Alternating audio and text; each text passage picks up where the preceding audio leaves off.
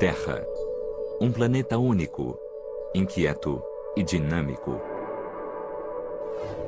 Continentes se movem e colidem. Vulcões explodem. Glaciares avançam e recuam. Forças titânicas estão constantemente em movimento, deixando para trás uma trilha de mistérios geológicos. Este episódio explora o Everest, a montanha mais alta do planeta Terra. Para desvendar seus segredos, uma audaciosa missão foi levada a cabo para trazer amostras do pico.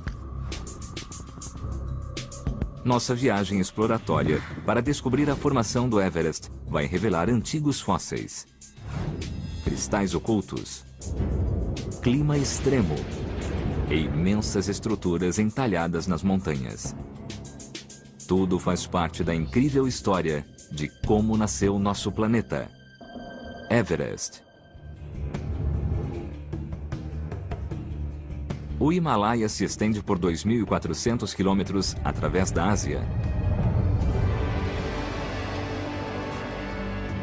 Abriga 14 das mais altas montanhas do planeta.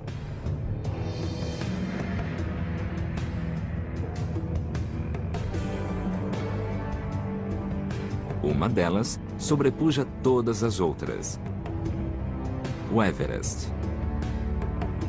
Com 8.850 metros, o Everest é a mais alta montanha do mundo. Para entender como essa montanha gigante nasceu, os geólogos precisam de evidências. Amostras de rochas do Everest. A missão é perigosa, que poucas pessoas aceitam empreender. Kenton Cole é um dos melhores alpinistas de alta altitude do mundo e vai embarcar na nossa missão geológica ao cume do Everest. Os geólogos o instruíram a apanhar amostras de rochas de 3 lugares. Uma do topo e 2 de mais abaixo. As amostras extremamente raras darão aos pesquisadores evidências cruciais. Kenton está em um campo base do Everest, estabelecido sobre rocha irregular a 5.335 metros. É dos mais altos do mundo em relação ao nível do mar. Eu estou separando o material que eu tenho de levar ao campo 2, a caminho do topo. E isso inclui vários sacos plásticos com fecho para guardar as amostras dentro. Nos próximos 5 dias, ele vai escalar 3.660 metros, o equivalente vertical a 8 vezes o Empire State. Kenton começa sua missão do campo base e se engaja na geleira Khumbu, um rio congelado com fendas de centenas de metros de profundidade.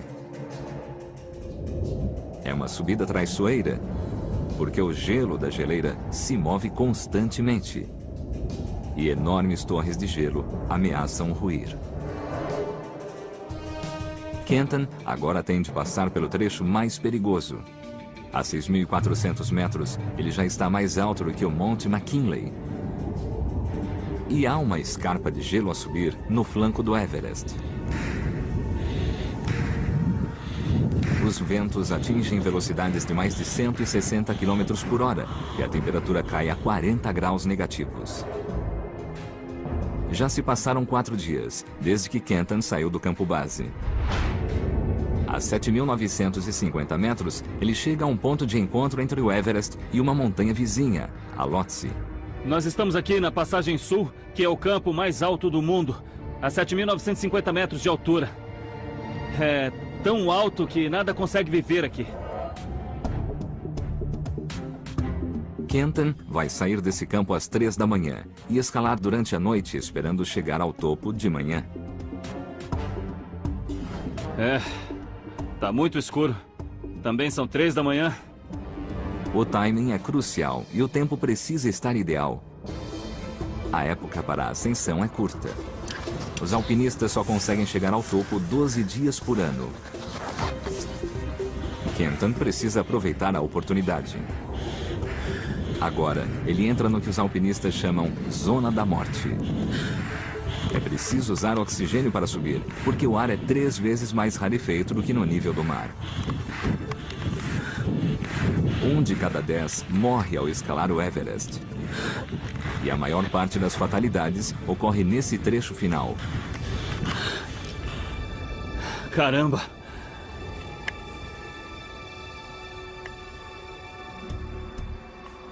Kenton finalmente chega ao topo do Everest. 8.850 metros. Ninguém está mais alto que a gente agora. Esta é a vista do lugar mais alto do planeta Terra.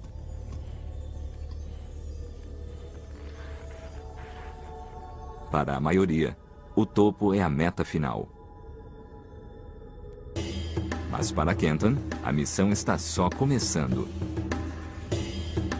Logo abaixo do topo, ele encontra um afloramento exposto de rocha. A primeira amostra de Kenton é rocha calcária. É frágil e fácil de quebrar. Isto é uma amostra da rocha mais alta do mundo. Uma já foi, faltam duas. Kenton desce um pouco para apanhar a próxima amostra. Logo abaixo do topo, a rocha muda. Os alpinistas chamam isso de faixa amarela por sua cor peculiar. A rocha é totalmente diferente da do topo. Ah, olha aqui. É muito mais dura e de cor amarela. Isto é uma camada de mármore. Tá aí. Uma amostra da faixa amarela.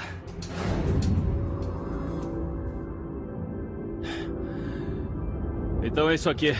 A faixa amarela. Já coletamos amostras. Não foi muito fácil. E vamos sair daqui. Tá começando a nevar. Mas ainda falta uma amostra. Kenton começa a longa descida para onde ele vai pegar a próxima evidência. Ele entra no Vale Oeste, um grande vale em forma de U, escavado pela geleira Khumbu. Um rio de gelo que pressiona constantemente tudo para baixo há milhões de anos. Rochas e fragmentos da geleira vêm desbastando a rocha, revelando a base do Everest. Kenton precisa tirar a última amostra dessa base de rocha branca. É granito.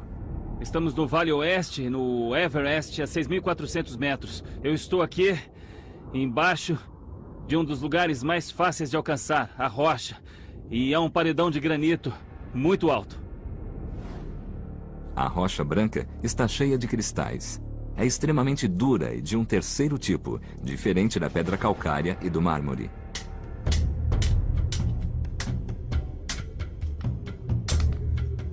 Pegamos uma ótima amostra de granito.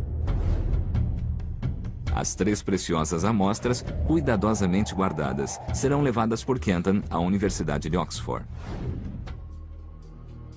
onde serão analisadas pela maior autoridade mundial em Everest, Mike Searle.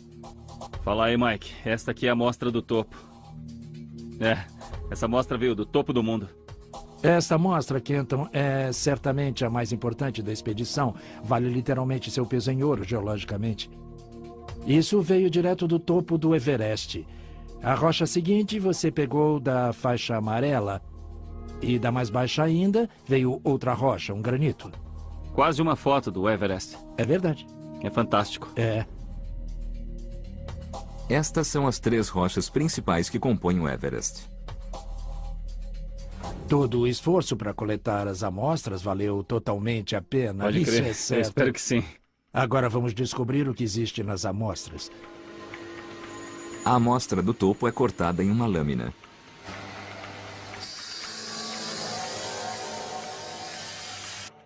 Tão fina que a luz a atravessa. Muito bem, vamos dar uma olhada na lâmina de pedra calcária que veio do topo do Everest. A amostra do lugar mais alto do mundo revela um segredo. Interessante, o que é?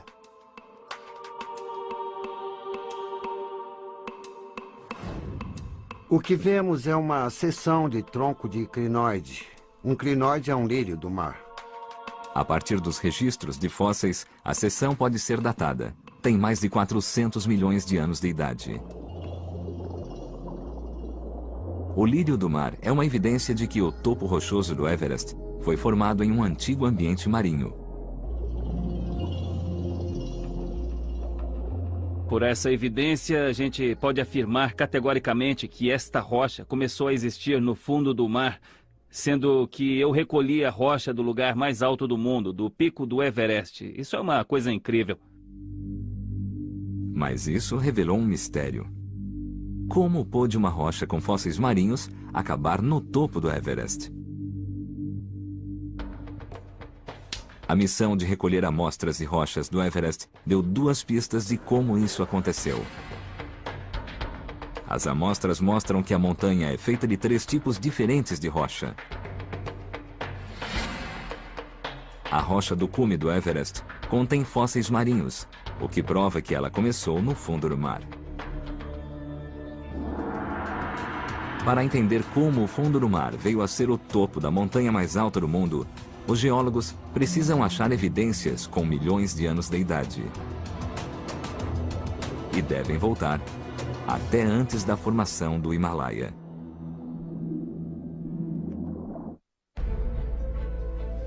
Há 400 milhões de anos, a cordilheira do Himalaia não existia. O lírio do mar, agora fossilizado no topo do Everest, é prova de que já houve água onde agora está a grande montanha. Para entender se havia um pequeno mar interno ou um vasto oceano, o geólogo Mike Searle viajou ao Himalaia. A investigação começa no rio Garcola, que desce do alto do Himalaia e traz consigo pistas intrigantes. A pedra que eu tenho nas mãos pode parecer comum e insignificante, só um cascalho tirado de dentro do rio. Mas, na verdade, é uma pista-chave sobre a formação do Himalaia e a evolução das rochas. Parece mágica, mas quando você abre uma pedra destas, o que se revela dentro dela é um maravilhoso fóssil. E este é um fóssil que chamamos amonita. Esta criatura antiga é da família das lulas. É prova de um complexo ecossistema achado no fundo do mar. A lula gigante nadava no mar que antigamente ficava entre a Índia e a Ásia. E essa é uma evidência-chave de que aqui já houve um oceano entre os continentes. Mas para achar fósseis marinhos no alto do Himalaia e no topo do Everest, alguma imensa força geológica deve ter empurrado o fundo do mar para cima até sair da água. Para entender como isso aconteceu, os geólogos tiveram de voltar mais de 100 anos. A primeira pista da investigação veio de um local improvável: a Antártida. Em 1910, o famoso explorador da Antártida, Robert Scott, começou sua malfadada expedição ao Polo Sul. Depois de chegar ao Polo, Scott e 5 pessoas morreram. Quando os corpos foram encontrados, entre seus pertences havia fósseis cuidadosamente catalogados. Os fósseis eram de uma antiga planta chamada Glossopteris. E há espécimes preservados no Centro Britânico Antártico. Glossopteris eram parecidas com samambaias e temos muitas evidências, raízes e folhas e troncos preservados.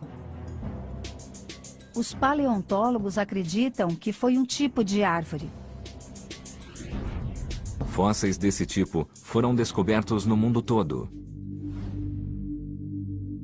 Na Índia, na América do Sul, na África, em Madagascar e na Austrália. Um quebra-cabeça se apresentou aos geólogos.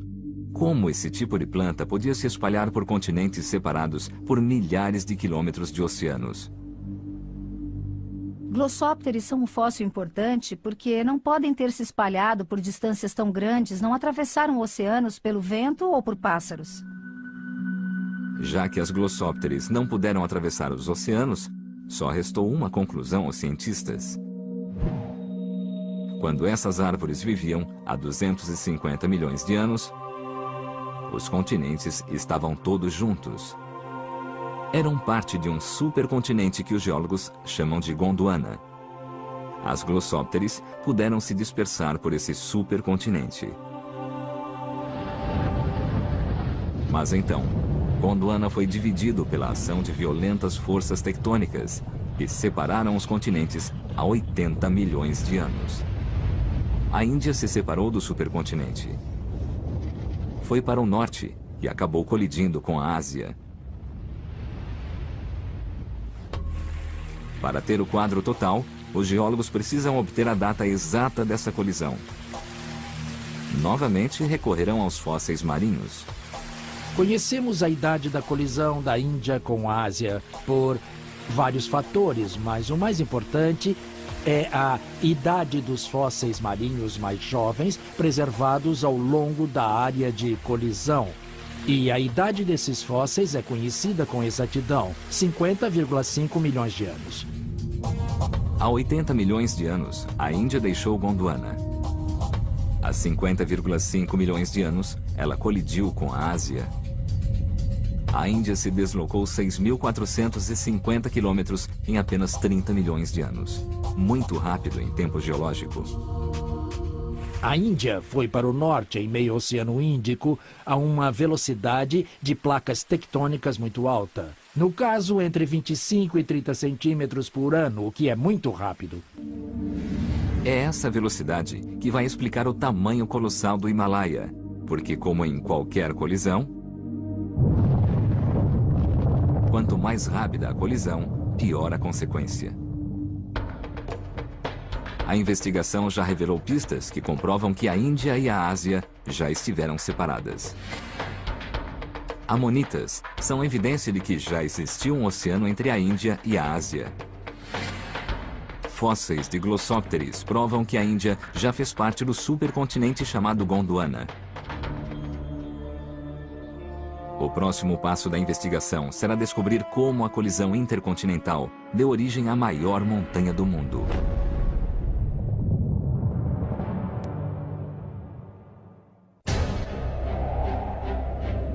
Os geólogos montaram a história de como nasceu o Everest e mostraram que há 400 milhões de anos havia um grande oceano onde hoje está o Himalaia. A Índia fazia parte de Gondwana até há 80 milhões de anos, quando violentas forças tectônicas perturbaram o planeta, dividiram a grande massa de terra e empurraram a Índia para o norte. Há 50 milhões de anos, a Índia colidiu com a Ásia. E pelo menos, nos 30 milhões de anos seguintes, a colisão intercontinental começou a moldar as montanhas mais altas do mundo. Traços do primeiro estágio desse processo ainda podem ser vistos no Himalaia de hoje. O melhor meio de vê-los é do ar. O alto do Himalaia é incrivelmente inacessível. Vejam a vista que temos daqui. Existe um mar de montanhas, todas com mais de 6.000 metros, devem ser centenas, impossíveis de serem escaladas por um mortal comum como eu. Isso é geologia em grande escala. E as várias formações podem ser vistas. Há grandes dobras de rochas, claramente visíveis nos flancos das montanhas.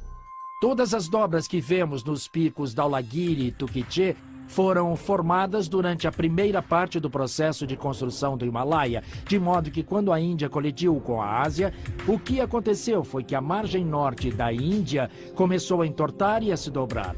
E as dobras são espetaculares vistas pela janela do avião, são muito impressionantes.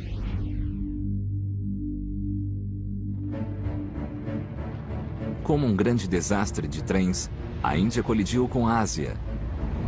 A terra e o fundo do oceano entre os dois literalmente se dobrou sob a enorme pressão. Mas as dobras são apenas uma parte. Só elas não explicam o enorme tamanho do Himalaia. De volta a campo, Searle sai à procura de mais pistas. Isto é uma coisa que faz a viagem valer a pena. Ficamos 5 dias subindo pela selva, pelas florestas, debaixo de chuva, mas finalmente estamos no Alto Himalaia. Olha, eu adoro essas montanhas.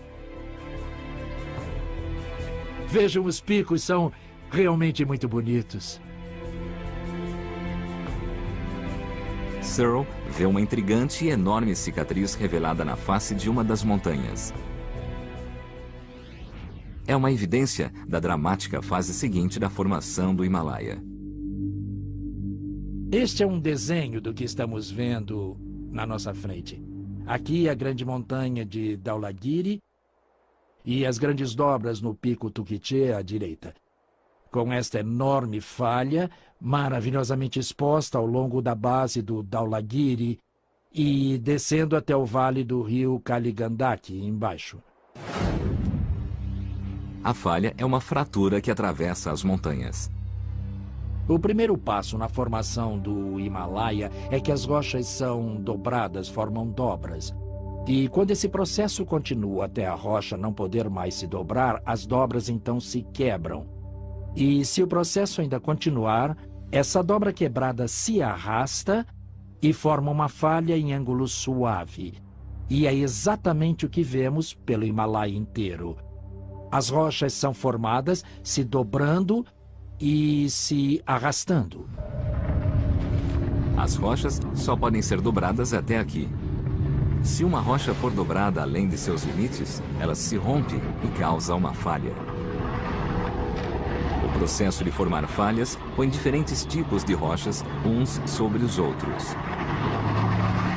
Existem falhas quando existem rochas de diferentes tipos justapostas. Então, as grandes falhas que atravessam os cumes do Alto Himalaia e o topo do Everest são rochas calcárias que foram postas sobre mármore.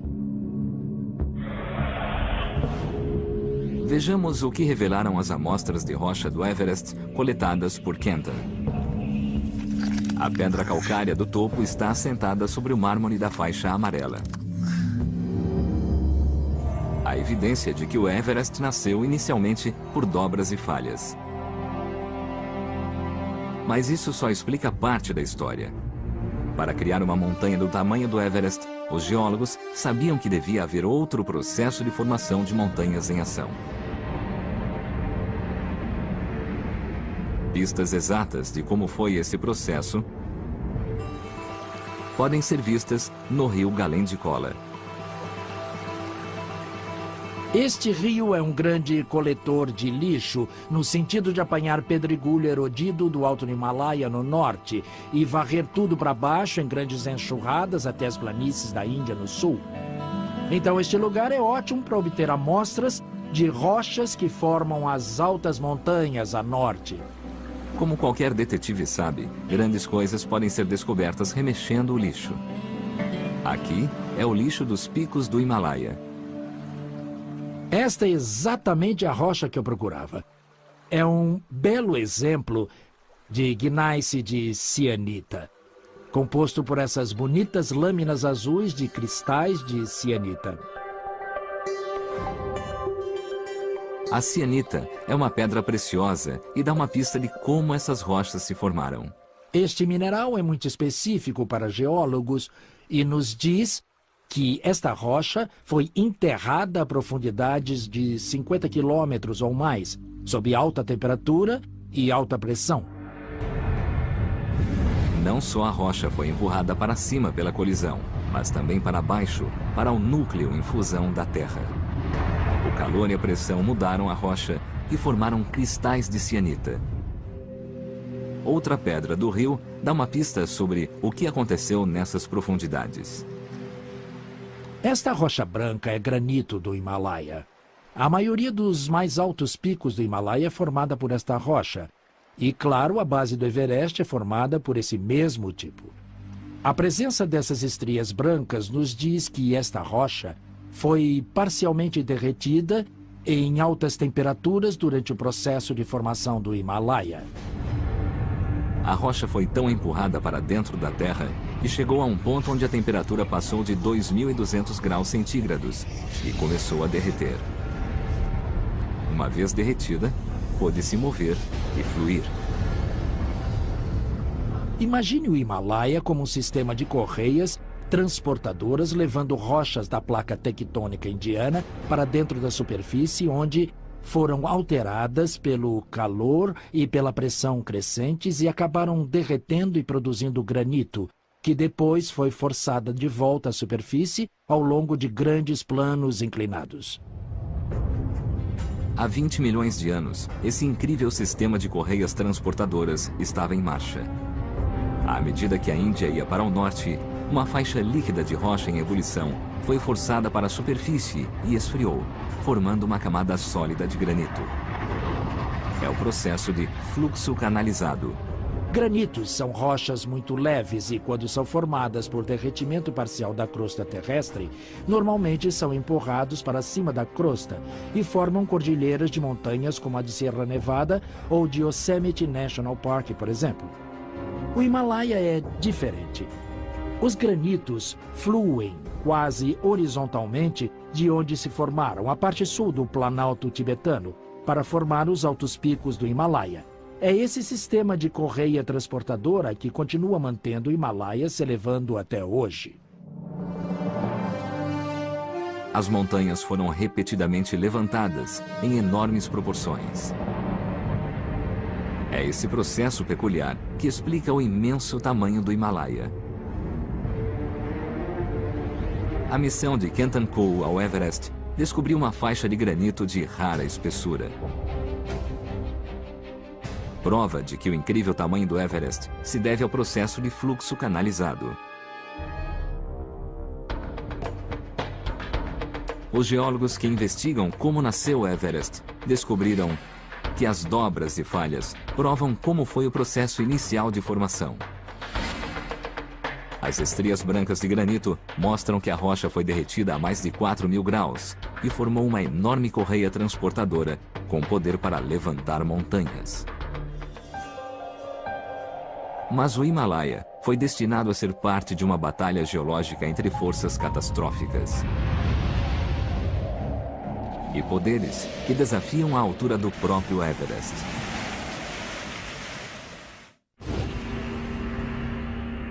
Há 400 milhões de anos, o Himalaia começou a surgir do fundo de um imenso oceano.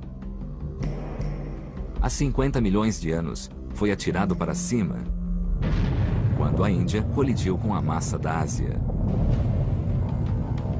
Desde então, forças tectônicas criaram a mais alta montanha do mundo.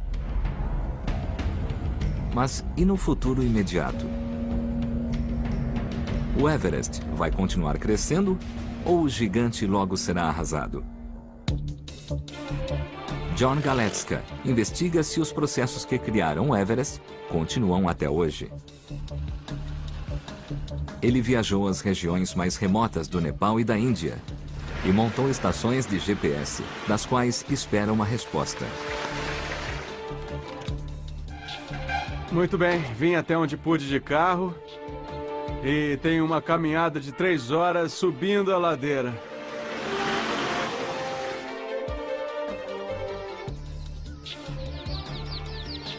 Bom dia!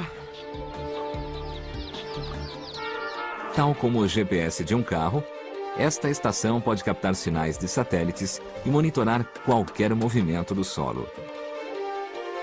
A estação GPS operou continuamente pelos últimos 5 anos, então, a cada segundo de cada dia, de cada mês e de cada ano, ele lê amostras de dados.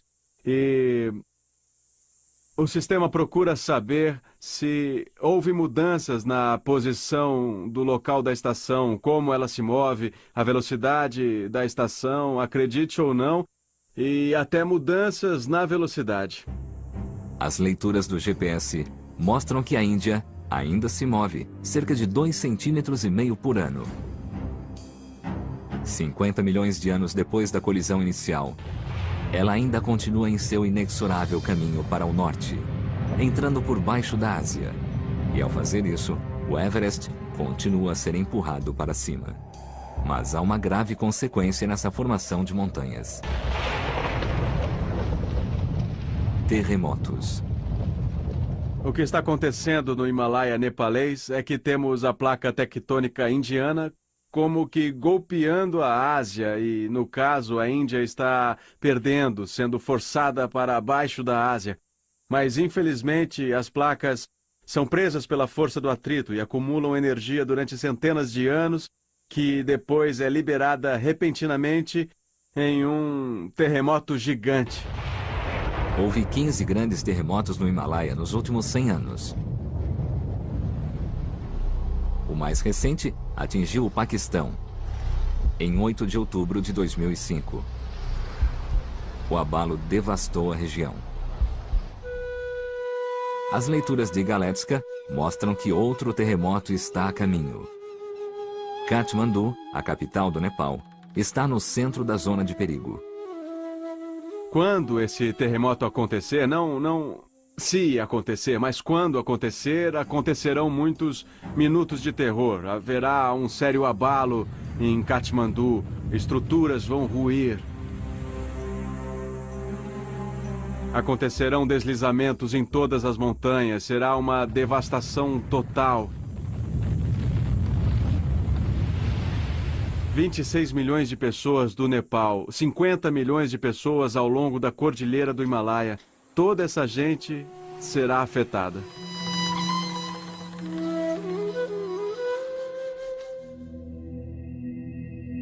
Os devastadores terremotos resultam de uma cordilheira muito ativa. Mais uma evidência de que o Everest continua a ser empurrado para cima. Mas há uma segunda força atuando nas montanhas: a erosão. Existe uma batalha constante na natureza entre a elevação do Himalaia e a redução pela erosão. A erosão no Himalaia é brutal. Uma pista de por que isso acontece está numa aldeia a 480 quilômetros a leste do Everest. Tirapandi.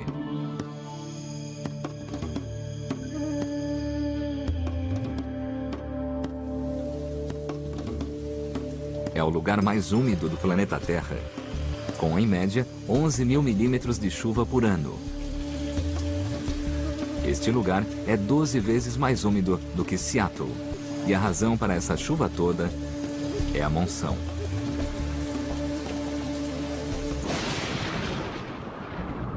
O sistema indiano de monção é quase exclusivo na Terra, e a grande força do sistema são as montanhas do Alto Himalaia e o Planalto Tibetano, que é de longe a maior área de altas montanhas do mundo hoje.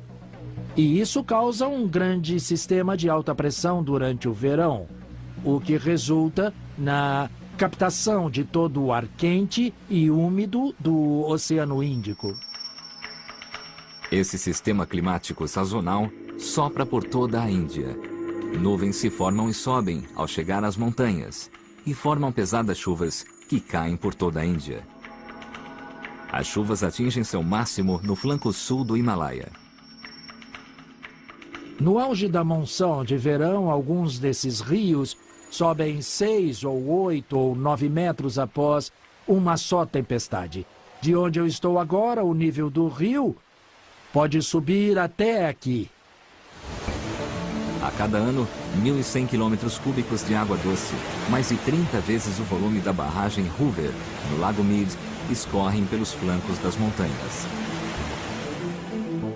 Essa água alimenta alguns dos maiores rios do mundo: o Ganges, o Indo, o Irrawaddy e o Yangtze. O Himalaia é a caixa d'água da Ásia e supre água doce a 1/5 da população mundial.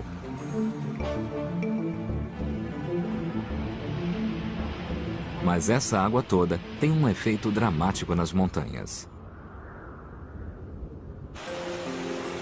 Rios rápidos escavam vales profundos. No alto das montanhas, a chuva se torna neve e forma as geleiras que escavam as partes mais altas. Todas essas forças estão agindo hoje, desgastando os picos do Himalaia. Como a monção é muito forte, os geólogos suspeitam que o Everest e o Himalaia estejam sendo desgastados, talvez mais depressa do que qualquer outra cadeia de montanhas no mundo. Desde 2004, uma poderosa técnica nova apareceu e consegue medir o quanto uma montanha está sendo erodida. Ela usa partículas de alta energia do espaço.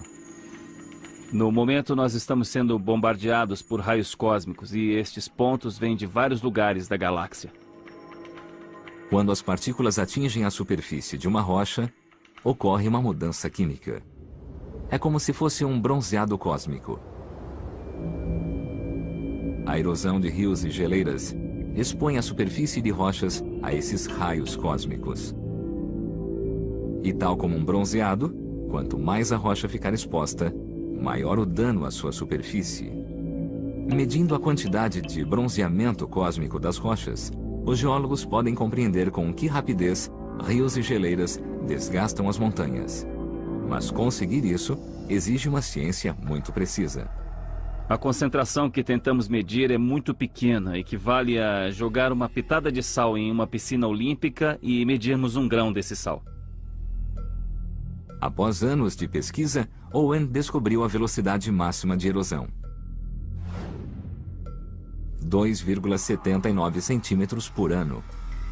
6 vezes maior do que nas montanhas rochosas e mais do que em qualquer outra no planeta.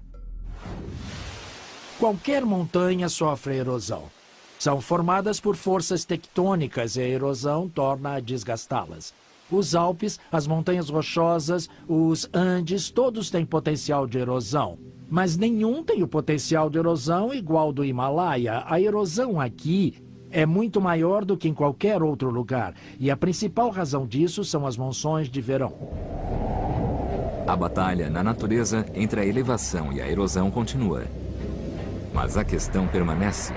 Quem está vencendo? O Everest está encolhendo ou crescendo? Em 1999, uma equipe de geólogos se preparou para responder a isso. Foi colocada uma pequena estação de GPS perto do pico do Everest. Após 2 anos de monitoramento, a equipe tinha a resposta. O Everest, de fato, ainda está crescendo 6 milímetros por ano. A montanha mais alta do mundo está ficando mais alta. A investigação sobre o crescimento e o movimento do Himalaia revelou as seguintes evidências. Dados de GPS mostram uma cordilheira muito ativa, que ainda cresce. Dados de raios cósmicos provam que as montanhas do Himalaia estão sendo erodidas mais depressa do que qualquer outra. Agora, os geólogos já têm meios de predizer o futuro do Everest. Ele e a cadeia de montanhas continuarão a crescer. Favorecidas por novas tecnologias, descobertas ainda são feitas no Himalaia, e uma delas, recentemente, revelou que o crescimento das montanhas foi tão grande que pode ter mudado o curso da história da Terra e mergulhado o planeta em uma era do gelo. Everest, 50 milhões de anos em formação. Hoje, o Himalaia é a maior, mais alta e mais ativa cordilheira do planeta. É uma cordilheira de superlativos. Os vales mais profundos, com quedas de mais de 6.000 metros. O platô mais alto. As mais longas escarpas rochosas. Centenas de picos, mais altos do que quaisquer outros. Muitos sequer receberam um nome. A formação do Himalaia mudou a paisagem radicalmente, evoluindo de um oceano para uma imensa cadeia de montanhas. E criou um dos mais importantes sistemas climáticos do mundo, a monção, que supre de água doce 1/5 da população mundial.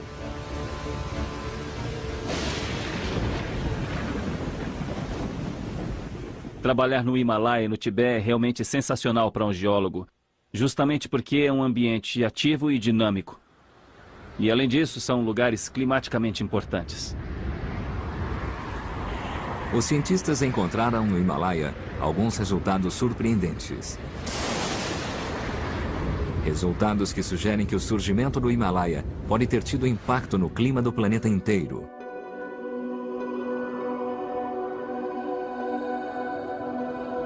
A descoberta aconteceu quase por acidente, enquanto os cientistas estavam estudando um processo chamado erosão química. Cada vez que chove, dióxido de carbono da atmosfera se dissolve e forma chuva ácida. Quando a chuva cai, corrói a superfície das rochas. Esse processo de erosão retira CO2 da atmosfera e o prende nas rochas. A rocha interage com a atmosfera, puxa dióxido de carbono e isso leva a um efeito estufa negativo ou a um efeito geladeira. Então, quanto mais erosão, mais se puxa dióxido de carbono e isso leva a um resfriamento. Quanto mais CO2 houver na atmosfera, mais alta será a temperatura global. Retirando o CO2 da atmosfera, a temperatura diminui. Então, os cientistas descobriram uma coincidência importante. O dramático erguimento do Himalaia nos últimos 20 milhões de anos coincide com a gradual queda da temperatura global, o que levou ao início da última grande era glacial. As peças do quebra-cabeça se encaixam. Quando o Himalaia subiu, funcionou como uma gigantesca esponja em crescimento e absorveu quantidades maciças de CO2 da atmosfera. O erguimento do Himalaia e do Tibete levou a puxar dióxido de carbono da atmosfera pelos processos de erosão foi provavelmente um dos maiores fatores que levaram ao resfriamento, que culminou com a Era do Gelo, que começou há 2,5 milhões de anos. O efeito resfriamento foi tão intenso que contribuiu para uma Era do Gelo há 2,5 milhões de anos. Uma Era do Gelo que afetou o planeta inteiro e teve impacto dramático sobre toda a vida na Terra. Os geólogos têm certeza de que o Himalaia vai continuar a exercer uma imensa influência em nosso planeta, porque as montanhas continuam crescendo. À medida que a Índia continua empurrando a Ásia, o ciclo de formação continua e mais montanhas se formarão. Nos próximos 10 milhões de anos, 480 quilômetros de terra serão forçados sob a Ásia e toda a cordilheira vai crescer mais. Nessa imensidão de picos gelados, os geólogos continuam a fazer descobertas. Em termos científicos, é empolgante para um geólogo porque vamos a áreas onde poucos já foram. A pesquisa continua no Everest e no Himalaia e nos perguntamos que segredos mais poderá nos revelar no futuro. As evidências da incrível jornada geológica do Everest foram reveladas. Amonitas evidenciam que já houve um oceano entre a Índia e a Ásia e que os continentes colidiram há 50 milhões e meio de anos. Dobras e falhas provam o processo inicial de formação das montanhas. Granito mostra um gigantesco meio de transmissão de força que constrói montanhas, o que deu ao Everest sua imensa altura. Dados de GPS revelam que o Himalaia é a mais ativa cadeia de montanhas no planeta e que o Everest ainda cresce. Hoje, o Everest é a montanha mais alta do planeta. Mas em milhões de anos à frente, talvez surja outra montanha grande o suficiente para desafiar esse gigante. Prova viva de que a Terra jamais está em descanso.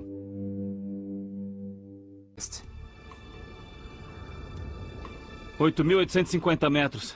Ninguém está mais alto que a gente agora. Esta é a vista do lugar mais alto do planeta Terra.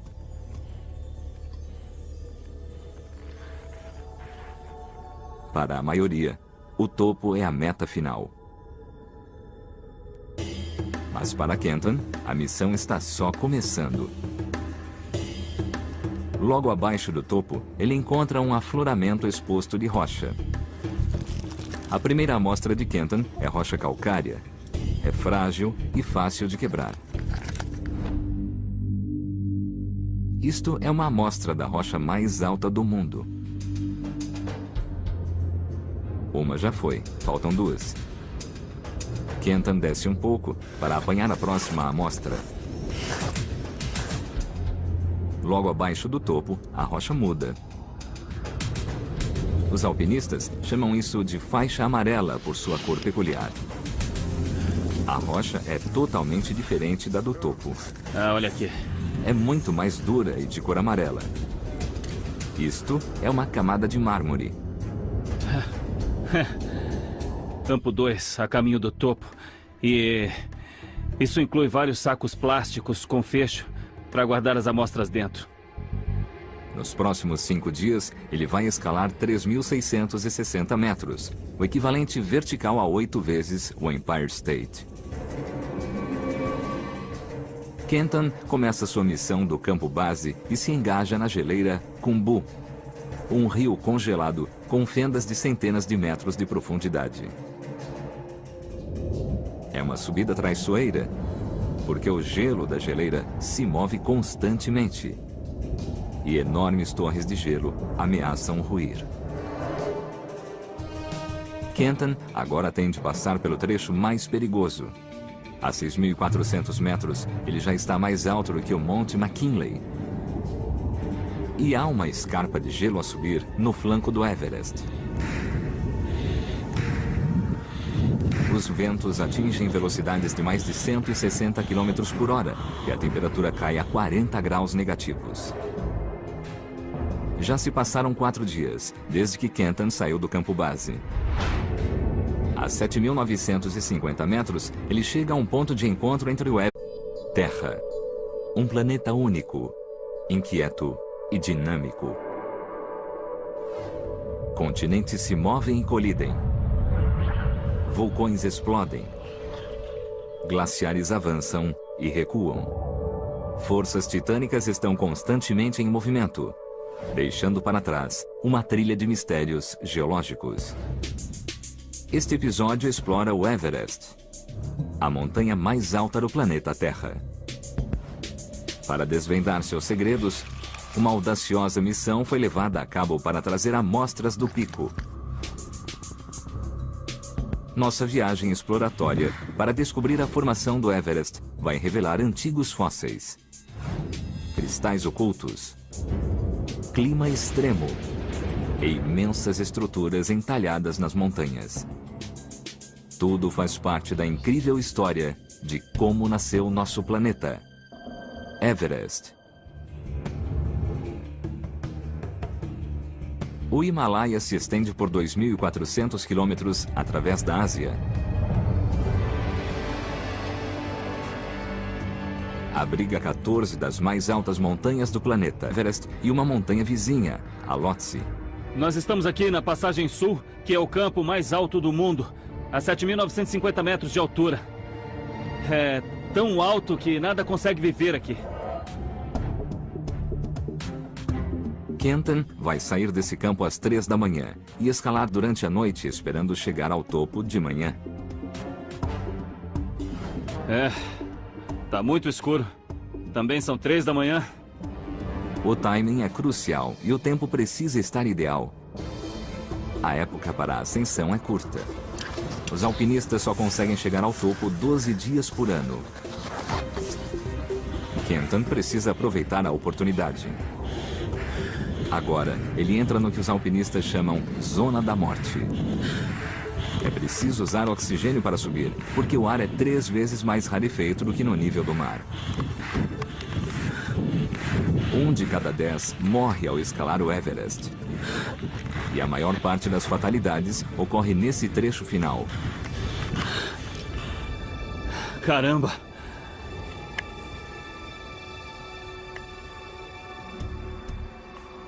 Kenton finalmente chega ao topo do Everest.